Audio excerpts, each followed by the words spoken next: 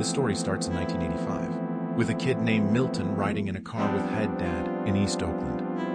A cop named John Galt pulls over Milton's dad. John Galt was a black cop who hated niggas. John Galt and the kid's father got into an argument, ending in John Galt shooting the boy's father multiple times, killing him instantly. Milton was devastated. Milton would never forget John Galt's face. Milton was left to be raised with his ghetto single mother. Milton's mother was abusive. Years later, Milton's mother would have an abusive boyfriend named Umar. Milton's mother was a nurse that would abuse the elderly patients. Milton would be left home alone with the mom's boyfriend to be abused. One day, Milton's ghetto mother was caught abusing the elderly by doctors. She would lose her job. Milton's mother would become a prostitute to make ends meet. In 1993, in high school, Milton would be embarrassed and picked on by his classmates for having a sex worker as a mother. Milton's mother was widely known on the streets for being a whore. Milton would end up dropping out of high school to sell drugs on the streets of Oakland. In March 1, 1994, Milton would get into a heated argument about missing drug money she stole. Milton would end up shooting her in the face multiple times, blowing her brains out. She lays dead in a pool of blood. In 5 in the morning, Milton was trying to think what he'd just done and what to do next. By 5:50 in the morning, Milton burned the entire house to the ground. Milton left the house and walked down the street. Milton eventually sees one of his mother's abusive boyfriends, Umar, smoking next to his orange 1964 Impala. Milton shoots him in the back of the head, killing him. And then Milton steals Umar's 1964 Impala and drives off. He drives to his friend's house. His friend Gilly opens the door. Gilly, I need your help. What happened, Milton? My mother stole my drug money and I need to pay my money back. Come inside. I shot and killed my mother for stealing my money, man. I need your help bringing back my money. We've been friends since middle school, Gilly. Please, man, help me. Okay, I know a guy who has automatic guns in the outskirts of town. Thank you. We need to pick up my cousins first. They will help us. By 6:52 in the morning, Milton and Gilly drove to Gilly's cousin's house. Monty and Miles. Gilly tries to explain to Monty and Miles that Milton needs help raising money. Monty and Miles only agree to help, only if they get a share of the money. Milton agrees. As the 4 guys were about to leave the house, Granddad Tony said, "You boys are going to school this early? Yes, Granddad.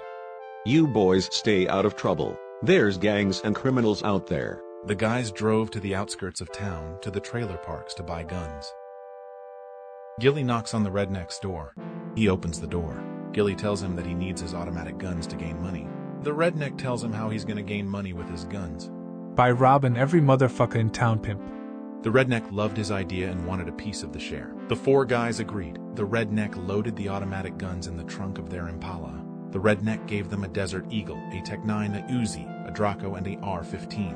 The redneck and the 4 guys chilled, drank alcohol, and did PCP and angel dust. By 7:59 in the morning, the guys were wasted and ready to rob. The 4 guys drove to East Oakland, and Milton found one of his high school classmates that made fun of him, named Phil. He was hanging out with his girlfriend in front of a restaurant. When Milton got ready to pull out his Desert Eagle out, it was a Nerf gun. Milton was confused. The 3 other guys laughed. Milton went up and shot both of them with his Nerf gun.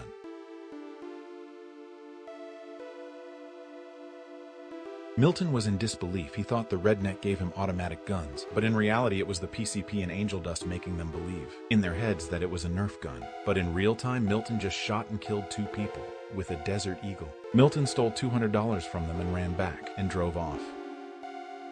Mysteriously, Phil's girlfriend survived the gunshots. People started coming outside to see what happened. After 10 minutes of driving, Milton and the others see another high school classmate that used to pick on him. He was a Crip gang member and was near his house. Milton got out his car and shot him multiple times with his Nerf gun. Milton and the others laughed enjoyment. Milton would steal $100 off of Brian. Milton would walk inside the house and find Brian's Crip homies shooting back at him with Nerf guns. Milton would take cover, laughing his ass off. Milton shot at them, killing both of them. The other Crip ran through the back door. Milton stole $500 and some weed off the Crips. One of the neighbors started calling the police as Milton and the 3 others drove off. By 8:55 in the morning, the guys were at the gas station and ran into the redneck again. The redneck wanted to know how much money they stole. Not much. The redneck told the guys where a rich family lived to rob them. There were doctors who lived in Santa Clara. The 4 guys were grateful. Would you like to ride along with us? The redneck agreed. The 5 guys went on the freeway to Santa Clara. By 9:46 in the morning, the 5 guys made it to Santa Clara. The men drove to the doctor's $1 million mansion. The redneck only wanted him and Milton to go inside the house. Milton with a Desert Eagle and the redneck with a 9mm ring the doorbell. The butler opens the door scared, looking at 2 men with guns pointed at him. Milton shot the butler in the head, killing him. The doctor couple were terrified. Put your fucking hands up. The redneck tied them up. Milton noticed the PCP wearing off because he saw the butler with his brains blown off. The redneck demanded where the safe of money was. The woman doctor told the redneck, I hope all you male chauvinist pigs get killed at birth. The redneck shot the male doctor 5 times. The women doctor screamed in horror. Milton and the redneck were searching the mansion for cash. Milton found the safe with $10,000 and a brick of cocaine. The female doctor told Milton and the redneck, You didn't do nothings and white trailer park trash kill my husband and rob us of our money and cocaine. I hope the police George Floyd you monsters. Milton and the redneck shot her multiple times, killing her. The 5 guys left the neighborhood before the police showed up. What the guys don't know is 2 witnesses saw them commit the murders, a gardener and a maid, as Milton drove. The guys planned to drive to the hospital to rob the department. By 10:50 in the morning, the guys reached the hospital. Milton, the redneck, and Miles walked in the hospital. The 3 guys took the elevator and sneaked into a restricted area in the hospital. The guys found rooms full of drugs and money. A security guard noticed them. Miles pulls out a Tech 9 and sprayed the security guard with bullets, killing him.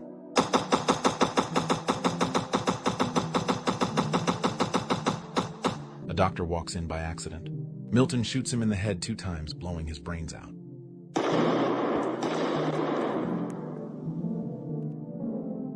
The redneck went inside a room and stole $4,000. Miles walked in a room, stole $7,000. Miles noticed a nurse trying to escape. Miles shoots her multiple times with his Tech 9.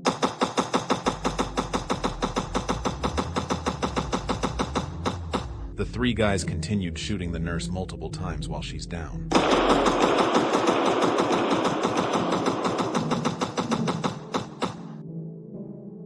The 3 guys escape using the elevator. The guys fled the crime scene. As the guys were on the freeway, Miles wanted to visit his dad in prison. The others agreed. By 11:59 in the morning, the guys made it to Vacaville. The guys made it to the prison. But Milton noticed an officer from his childhood. It was John Galt, the officer that killed his dad back in '85. Milton quickly pulled out his Desert Eagle and shot John Galt multiple times in rage. Milton walks up to John Galt's body and shoots him several times again. John Galt was dead on the ground, riddled with bullets. The police surrounded Milton and surrounded the others. The 5 guys were sitting in jail waiting for a trial. The guys were being interrogated by detectives. The detectives connected them with several different murders in one day. By the next day, the 5 guys couldn't remember the murders they committed because of the PCP. Tony got wind of the murders his boys committed. So Uncle Tony went to the best lawyer he could afford, Mr. Silverstein. Mr. Silverstein, sir, can you please help my boys? They're in deep shit with murder charges. I'm sorry, but I'm busy with another case. But there is another lawyer named Gigi that can help you. Uncle Tony was amazed with Gigi's beauty. I think I can get your boys out of jail. Uncle Tony hired Gigi to be the boys' lawyer. In court, the boys were facing the death penalty for several murders. An extreme prosecutor wanted to see the guys hang, and 12 jurors wanted to see the boys fry, and the judge couldn't wait to say guilty. As soon as their lawyer Gigi walked into court, the jurors and judge were amazed by Gigi's beauty. Even the prosecutor was amazed. Your Honor, this woman is obviously dressed inappropriately to try to sway the jurors. I don't see a thing wrong with this young lady's wardrobe. Take a seat, Mr. Rockwell. The prosecutor was heated. Your Honor, these boys were drugged when they committed those murders. By whom is Gigi? That redneck over there. He was clearly taking advantage of these poor kids, and he's clearly 50. Weeks went by, and in court, the female jurors were not buying it or swayed by Gigi's looks. The prosecutor, Mr. Rockwell, was trying to prove the boy's guilt. These wild chimps used a Tech-9 and a Desert Eagle to gun down multiple innocent people. Your Honor, these poor boys of color were being manipulated by that racist redneck. 3 more weeks went by, and Uncle Tony was worried that the boys would lose the case. Miss Gigi, I'm real worried the boys will get the death penalty. The jurors don't look convinced. Don't worry, Tony. I know what must be done. Later that day, Gigi visits one of the jurors' house. Hey, you're that hot lawyer. What brings you to my house? Gigi sleeps with the juror for exchange for a not guilty verdict. Gigi would go around sleeping with the jurors for a not guilty verdict. Gigi would even sleep with the judge. Miss Gigi, you sure make a fine lawyer. I'll make sure those East Oakland kids are not guilty. I'm glad you see things my way, Judge. By next week, it was time to make a decision. Have the jurors decide a verdict. Before the jurors make a decision, just think for a second. Do you guys really want these moon crickets free to terrorize our neighborhoods? These chimpanzees belong behind bars. We, the jurors, find the defendants not guilty. The boys cheered. But we do find the redneck guilty for murder and manipulation of teenagers for murder and will die by firing squad. Case dismissed. I can't believe those tar babies got away with murder. Thank you, Miss Gigi. The boys and their family would all move to Trinidad out of fear from the public. Gilly and Tony would reunite with Gilbert. Miles' dad, Robert Clements, would be released from prison and reunited with his son, Miles, in Trinidad.